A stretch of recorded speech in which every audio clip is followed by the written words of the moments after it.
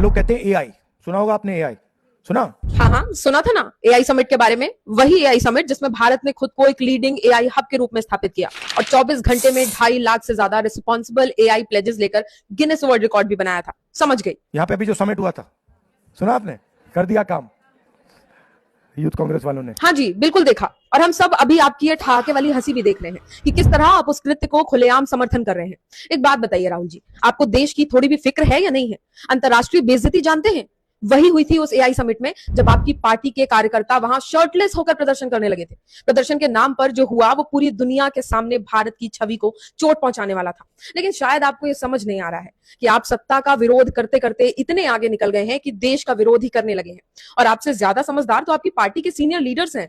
कम से कम वो गलत को गलत कहने की कुव्वत तो रखते हैं। I think at international events there has to be dignity, there has to be discipline. And there has to be a sense of responsibility. और उस एआई समिट का क्रेज देखा था आपने? शायद नहीं देखा होगा, आप तो उस समय इनकन्वीनियंस देखने में व्यस्त थे। और एक बात, कुछ लोग उस वक्त भी बचाव में उतर आए थे। कहते हैं कि कॉमनवेल्थ गेम्स के वक्त बीजेपी ने भी जाकर प्रदर्शन किया था। अब मेरा सीधा सा सवाल आपसे है कि किस इवेंट के दौरान और किस चीज का प्रदर्शन होते आपने देखा जहां देश की इस तरह बेइज्जती हो रही हो? ये जग जाहिर है कि कॉमनवेल्थ गेम्स एक स्कैम था, उस पर भ्रष्टाचार के आरोप लगे थे और क्या क्या हुआ था ये आप थोड़ी रिसर्च करके पढ़ सकते हैं। और मुझे भी बताइएगा कि कब बीजेपी ने विदेशी प्रतिनिधियों के सामने इस तरह अर्धनग्न होकर विरोध प्रदर्शन किया था। एक और उदाहरण मैंने कई इंटेलेक्चुअल्स से सुना कि लंदन में गोलमेज सम्मेलन के दौरान महात्मा गांधी जब बकिंघम पैलेस पहुंचे तो वे धोती कुर्ता पहनकर जॉर्ज पंचम से मिलने गए थे।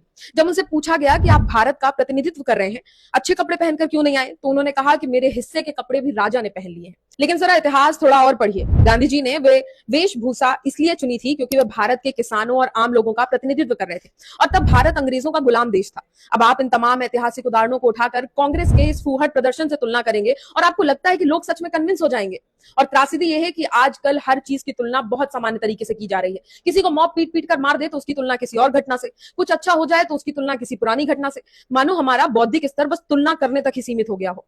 खैर, आपकी कांग्रेस ने आई समिट में जो किया उसके बाद शायद हमें लगा था कि पार्टी में नहीं तो कम से कम आप में तो थोड़ी संवेदना बची होगी। आखिर आप देश के लीडर ऑफ ऑपोजिशन है। लेकिन इस वीडियो के बाद वो भ्रम भी टूट गया।